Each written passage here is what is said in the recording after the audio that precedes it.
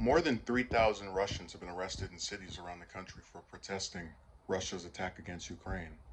OVD Info, a Russian protest monitoring organization, said in a post on Twitter Saturday afternoon that 3,093 people had been arrested in Russia for protesting the country's invasion of Ukraine since it began overnight Wednesday. On Thursday, the first day of the invasion, at least 1,967 Russians were arrested for protesting, per the organization. The second day saw at least 634 people detained by authorities.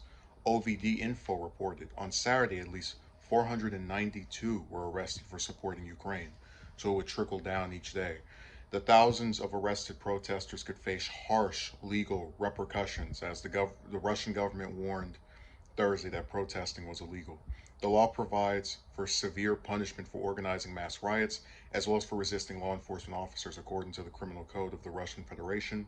People who committed such illegal acts may face imprisonment, the investigative committee of Russia wrote. Protests have erupted in cities around the world opposing the invasion, which have been widely condemned by the international community and led the U.S. and its allies to impose multiple rounds of sanctions against Russia.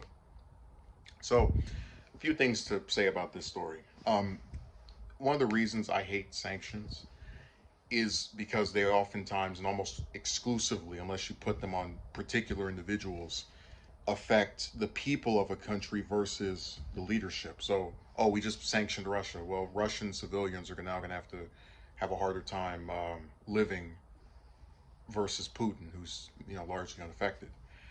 Um, and things like this, in one way, they're really nice because they show you that the people of these various regions don't agree with their leadership, which is often the case. But they also show you that, like in the US, we have all these people who say, oh, my free speech, I got banned on this website, or somebody blocked me from their channel, and, I'm being censored. This is what actual censorship looks like.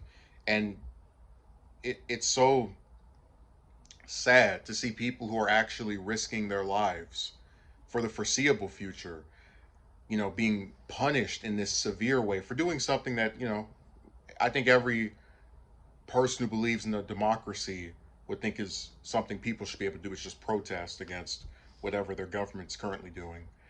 Um, and you have people who have the nerve to act like they're being indicted because they get blocked on a channel. Like it's just so sad that these people are doing something good and they're being punished for it.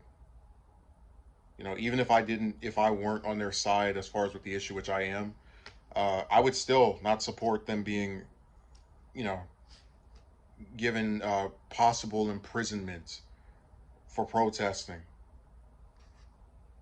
which is illegal where they're from. So they're very brave. They've done a big sacrifice for people that are not. This is just a modicum of what actual empathy looks like, and it's I feel very bad for them.